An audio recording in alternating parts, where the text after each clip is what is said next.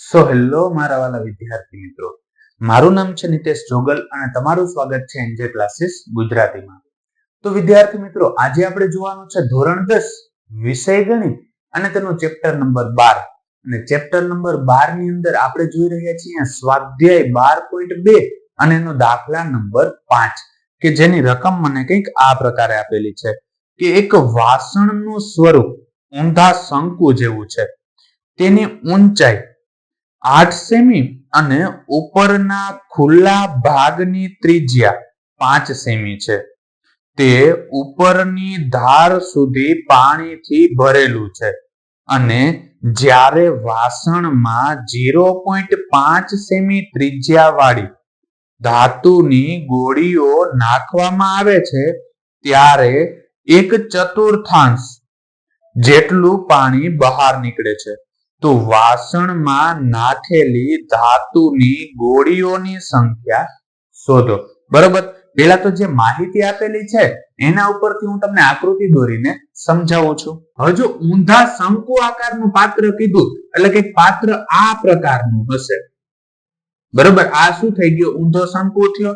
તો આવું પાત્ર છે અને આ પાત્રની અંદર આખામાં શું ભરેલું છે? પાણી ભરેલું છે. પેલા તો પાત્રની અમુક તમને માહિતી આપેલી છે. એની ત્રિજ્યા કેટલી આપી? 5 સેમી. અહીંથી કરીને અહીંયા સુધીનું અંતર કેટલું થાય છે? 5 સેમી. એટલે r બરાબર હું લખી નાખીશ 5 સેમી.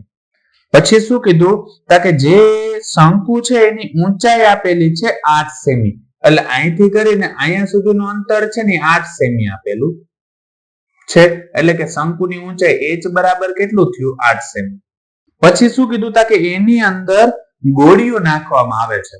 ગોળીઓ જે નાની નાની ગોળાકાર આકારની કઈ પણ વસ્તુ છે એ નાખવામાં આવે છે અને એ ગોળીની જે ત્રિજ્યા છે એટલે v છે ને એક પ્રકારનો ગોળો બને એટલે હું લખી નાખું ગોળાની ત્રિજ્યા. ગોળાની ત્રિજ્યા એને ધારો કે હું કહી દઉં r2 અને જે આ જે શંકુની ત્રિજ્યા હતી ને એને હું કહી દઉં છું r1. તો ગોળાની ત્રિજ્યા કેટલી આપી? 0.5 સેમી. જેને આપણે આમે લખી શકીએ કે 1/2 સેમી. બરોબર, 0.5 એટલે શું થાય? અડધું થાય અને અડધાને 1/2 લખવું હોય તો લખી જ શકાય છે. અથવા તમે એમને સાદું રૂપ આગળથી આપો તો પણ ચાલશે. તો કંઈક આવી માહિતી આપેલી છે અને એની અંદર 0.5 સેમીની ગોળીઓ નાખવામાં આવે છે. આની અંદર પાણી હતું અને કોઈ ગોળીઓ નાખવામાં આવે છે. આપણે સમજી લઈએ કે n જેટલી ગોળીઓ નાખવામાં આવે છે ત્યારે એના ચોથા ભાગ જેટલું પાણી બહાર નીકળી જાય છે. આની અંદર જેટલું પાણી હશે એનું કેટલું બહાર નીકળી જાય છે? ચોથા ભાગ જેટલું પાણી બહાર નીકળી જાય છે. તો એ ગોળીઓની સંખ્યા કેટલી થાય એ શોધવાનું કીધું છે. સાવ સહેલું છે, હમણાં હું સમજાવું છું એટલે સરખી રીતે તમને આરામથી સમજાઈ જશે. હવે જો એ ગોળીઓની સંખ્યા શોધવી હોય તો પેલા તો એની અંદરથી ચોથા ભાગનું પાણી બહાર નીકળે છે. તો ચોથા ભાગનું પાણી બહાર નીકળતું હોય તો આપણે એટલી તો ખબર હોવી જોઈએ ને કે પેલા તો એની અંદર પાણી સમાય કેટલું અને એના પછી ચોથા ભાગનું બહાર નીકળવાનું થશે. કેમ કે પાણી આખું ઉપર સુધી ભરેલું છે. તો કેટલું ભરેલું હશે? કે શંકુના ઘનફળ જેટલું ભરેલું હશે, જેટલી એની સમાવાની ક્ષમતા છે એટલું. તો સૌ પ્રથમ તો હું શંકુનું ઘનફળ શોધું છું.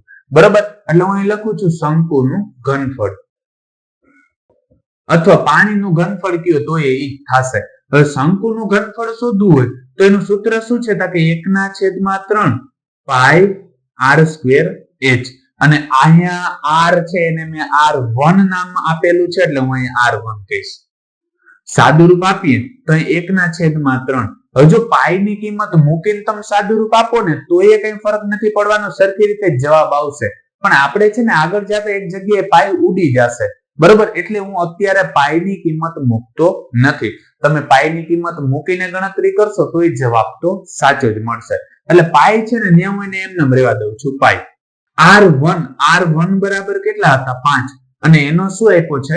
વર્ગ આપ્યો. એટલે હું અહીંયા લખી નાખું 5 અને એનો કરી નાખું છું વર્ગ. અથવા તો તમે 5 × 5 લખો ને તો એ હાલે. અને ગુણ્યા શું છે? h. તો h ની કિંમત કેટલી આપેલી છે? 8. હવે જો અહીંયા શું થશે? કે 1/3 પાઈ. 5 નો વર્ગ કેટલો થાય? કે 25. અને એને ગુણ્યા કેટલા છે? 8. હવે જો આપણે આનું સાદું રૂપ આપીએ તો શું થાય? 25 ગુણ્યા મારે કેટલા કરવાના છે? 8 કરવાના છે. તો 8 × 50 કેટલા થાય? 40. તો 40 નો 0 ને વધી પડી 4. હવે 8 દુ 16. 16 ને 4 કેટલા થઈ જાય? 20. એટલે જો આનો ગુણાકાર કરતા મને કેટલા જોવા મળે છે 200, બરોબર. અને એને ગુણ્યા તમે 1 કરશો એટલે એ જ રહેશે. અને હજી એક પાઈ હતા એ પાઈ અને છેદમાં કેટલા છે 3. આ મને મળ્યું એ શું મળ્યું તા કે શંકુનું કુલ ઘનફળ મળ્યું છે અને માપ આપણે સેમી માં આપ્યું હતું એટલે શું થશે સેમી ઘન. હવે શંકુનું ઘનફળ તો મને મળી ગયું છે. હવે છે ને આપણે પેલા તો જે ગોળીઓ એની અંદર નાખવામાં આવે છે, કેટલી ગોળીઓ નાખવામાં આવે ત્યારે એમાંથી પાણી બહાર નીકળે છે. હવે પાણી કેટલું બહાર નીકળે એ મારે શોધવું હોય તો ગોળીઓ છે એનું ઘનફળ શોધવું પડશે, બરોબર. જેટલી ગોળી છે એનું ઘનફળ શોધવું પડે એટલે સૌપ્રથમ તો એક ગોળીનું ઘનફળ શોધી લઉં છું. એટલે હું અહીં લખું છું ગોળાનું ઘનફળ અથવા તો ગોળીઓનું ઘનફળ કયો તો એ જ થાય. અને જો ગોળાનું ઘનફળ શોધવું હોય તો સૂત્ર શું થાય કે 4/3 પાઈ r ની 3 ઘાત.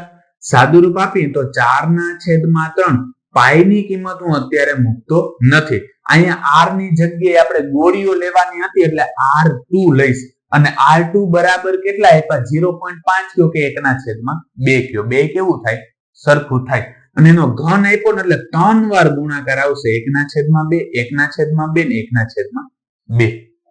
આનું આપણે જો સાદું રૂપ આપીએ તો શું થઈ જાય કે જો 2 દુ કેટલા થાય 4, બરોબર. હવે અહીંયા 2 ને 2 એ શું થઈ ગયા ઉડી ગયા. એટલે વધે છે શું કે અહીંયા મારી પાસે પાઈ જ ખાલી વધશે. એક સાથે ગુણાકાર પાઈ નો થશે એટલે પાઈ જ વધશે.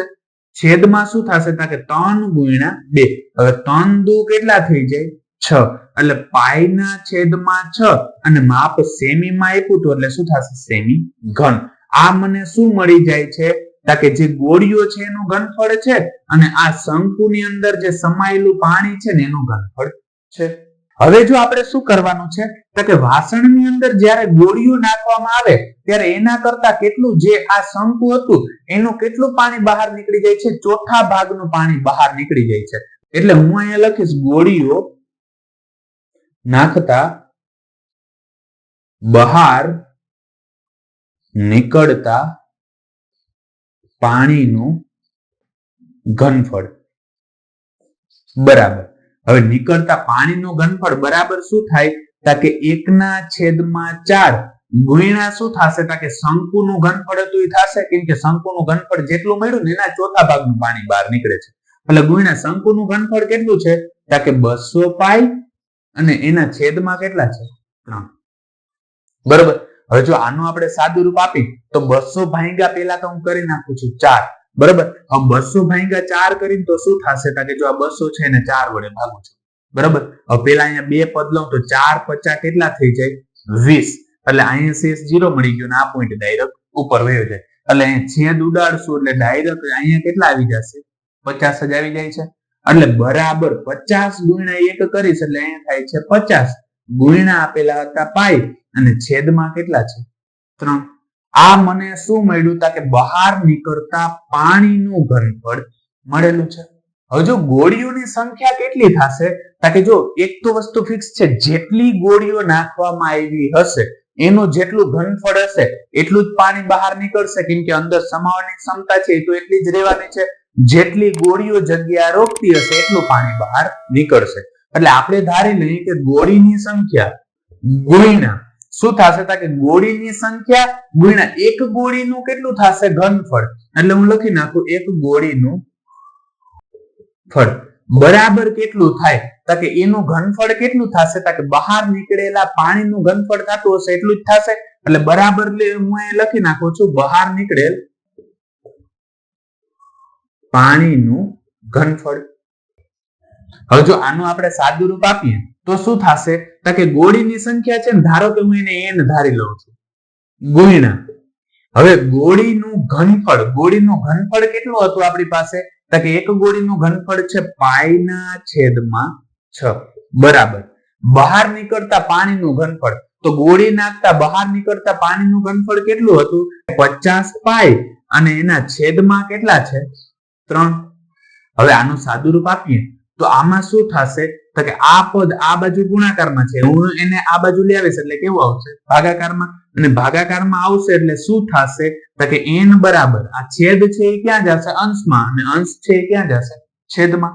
એટલે કંઈક આવું જોવા મળે. જો પેલા તો 50 પાઈ અને એના છેદમાં 3 તો હતા. હવે અહીંયા 6 ભાગાકારમાં હતા, આ બાજુ આવ્યા તો ગુણાકારમાં. પાય ગુણાકારમાં હતા, એ અહીંયા આવી ગયા તો ભાગાકારમાં, એટલે છેદમાં આવી ગયા. એટલે અહીંયા પાય અને પાય શું થઈ ગયા? ઉડી ગયા. હવે 3 દુ કેટલા થઈ જાય? 6. એટલે વૈધા કેટલા? તા કે 50 ગુણ્યા 2, એટલે 50 દુ કેટલા થઈ જાય? 100. અથવા તો અહીં લખી નાખું 50 ગુણ્યા 2, એટલે n બરાબર 50 દુ કેટલા જડે? 100. એટલે એનો મતલબ એવો થયો કે ગોળીઓની સંખ્યા કેટલી હશે? 100. એટલે છેલ્લે લખી નાખો ગોળીઓ. બરોબર? એટલે ગોળીઓની સંખ્યા કેટલી જોવા મળે છે? 100. એટલે છેલ્લે આપણે એક લાઈન લખીશું કે આમ ગોળીઓની સંખ્યા 100 મળે. બરોબર? એટલે 100 ગોળીઓ એની અંદર નાખવામાં આવે છે. અને હજી આમાં જો કોઈ પણ પ્રકારનો તમને કોઈ પણ પ્રશ્ન રહી જતો હોય તો કમેન્ટ સેક્શન ની અંદર કમેન્ટ કરીને કહી દેજો કે જેથી એ પણ વસ્તુનો વિડીયો હું તમારા માટે લેતો આવીશ. તો વિદ્યાર્થી મિત્રો, આજ માટે બસ એટલું જ. જો તમને અમારો આ વિડીયો પસંદ આવ્યો હોય તો વિડીયોને લાઈક કરીને ચેનલને સબસ્ક્રાઇબ કરવાનું ન ભૂલતા. કારણ કે જ્યારે તમે વિડીયોને લાઈક અને ચેનલને સબસ્ક્રાઇબ કરો છો ત્યારે અમને મોટિવેશન મળે છે અને આ જ પ્રકારના વિડીયો અમે તમારા માટે બનાવી શકીએ છીએ. ધન્યવાદ.